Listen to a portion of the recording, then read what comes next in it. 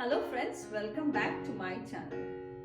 My today's recipe is Punjabi chicken curry or the very famous dhaba style chicken curry.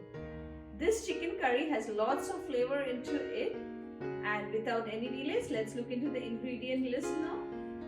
My first ingredient is of course chicken, and here I have a whole chicken cut into curry pieces. For the whole spices, I have 2 bay leaves, 2 dry red chilies, 1 teaspoon of cumin seeds, half teaspoon of black peppercorn, around 4 cardamoms, 5 to 6 cloves, 3 small sticks of cinnamon and a maize flour. Next, here I have around 3 medium-sized onion which I have roughly chopped, 2 tomatoes chopped again, and here I have around 6 cloves of garlic, around 2 inches of ginger chopped, and some of the coriander leaf sticks. What I've done is I've chopped the leaves finely and I've kept the stems here to fry with the vegetables. For the spices, I have 1 teaspoon of turmeric powder, 1 teaspoon of red chili powder.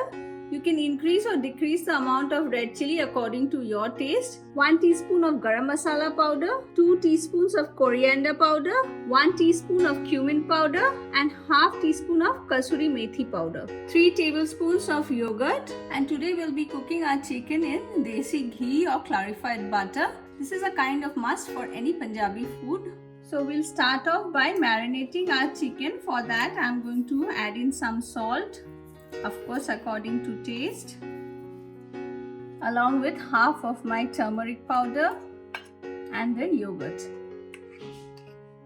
Mix all the ingredients well with your hand and coat the chicken pieces. So here is my chicken well marinated. So I'm going to cover it and let it rest for 30 minutes. In the meantime, we'll start preparing the gravy for the chicken. My pan is hot, and to it I have added around 2 tablespoons of white oil. Next, I'm going to add in the cumin seeds, black peppercorns, cardamoms, cinnamon sticks, cloves, and the maize flour. Next, I'm going to add in the onions. We'll allow the onions to soften down a bit by cooking it for approximately 3 to 4 minutes. It's been 4 minutes now, and as you can see, the onions have mellowed down a lot. Next, I'm going to add in the chopped garlic along with the chopped ginger, the sticks of coriander leaves. Give it a quick mix, and I'm going to cover it and allow it to cook for another 2 minutes now. It's been 2 minutes now.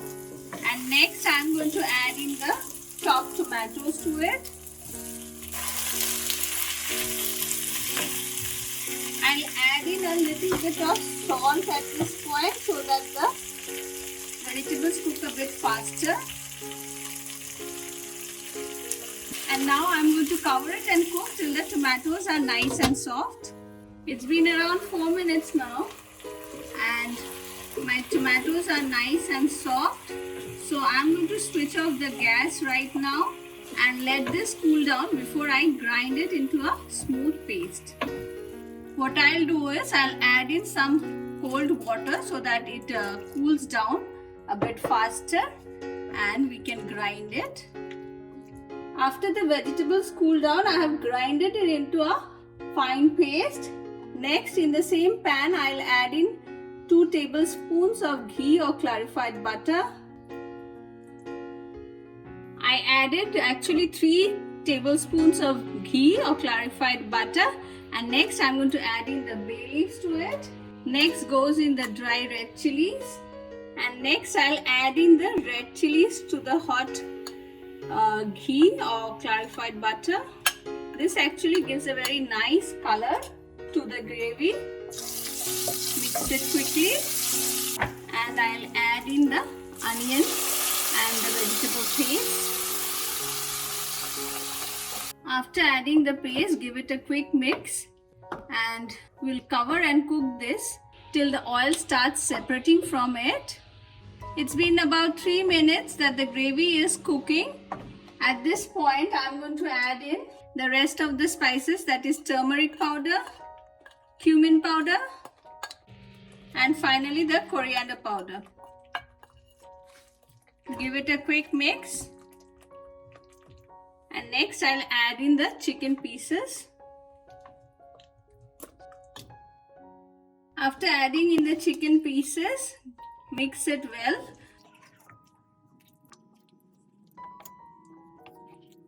After mixing the chicken pieces well, I'm going to cover it and cook it for another 7 to 8 minutes till the oil starts separating from it. It's been about 15 minutes now and I have been cooking my chicken on medium flame. Of course, stirring in between quite a few times, and you can see how well the oil has separated from the chicken and the gravy. At this point, I'll add in some water. The amount of water is how much you want gravy in your chicken. Today I don't need much. I'll be adding around half cup, and along with it I'll add in the rest of the spices. That is the garam masala powder and dried fenugreek leaves powder. And I'll mix it well with the chicken pieces. The only trick of cooking a good Punjabi chicken curry is to cook it on medium flame and cook all the spices and the chicken well. That is the only way that the flavors of all the ingredients come out well. And we'll add in the final ingredient, that is chopped coriander leaves. And I think I need a little bit more water, so I'll add in another 1/4 cup of water. Give it a quick mix. And I'll cover it and cook it for another 2 minutes. It's been 2 minutes now and my Punjabi chicken curry is ready. The only thing before switching off the gas is do check in the seasoning. If you need any salt, adjust it accordingly. But keep in mind that we had added salt while marinating the chicken and while frying the vegetables. I didn't need any extra salt, so I'm going to switch off the gas now and do the serving.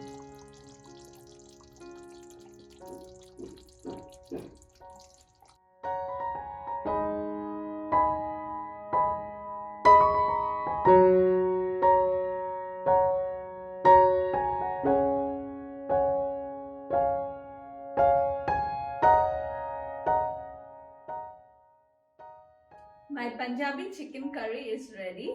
This is best served with any kind of naan, roti or the very famous Punjabi parathas. Do give it a try and stay tuned for more such interesting recipes. And don't forget to hit the like and subscribe button. Thank you for watching.